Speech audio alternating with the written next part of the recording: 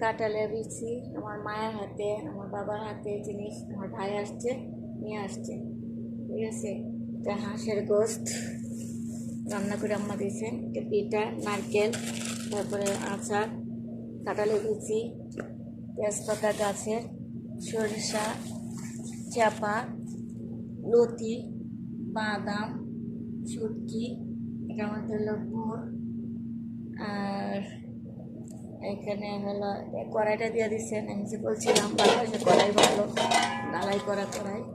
আর এইগুলি এই দেশে এইভাবে পাওয়া যায় না, কেমন জানি আমার ভালো লাগে না দেখতে রাখে। তেজপাতা গাছের তেজপাতা হলো আমার সাহেবকে দিছে, হাজব্যান্ডকে গিফট। শালা বউরা, 3 শালার বউ 3টা গেঞ্জি দিল। আব্বা পাঞ্জাবিটা দিছে, লুঙ্গিটা, সরি। আর এই যে এগুলি শালার বউ, এখানে 2 ভাই থাকে, ওই ভাইয়ের জন্য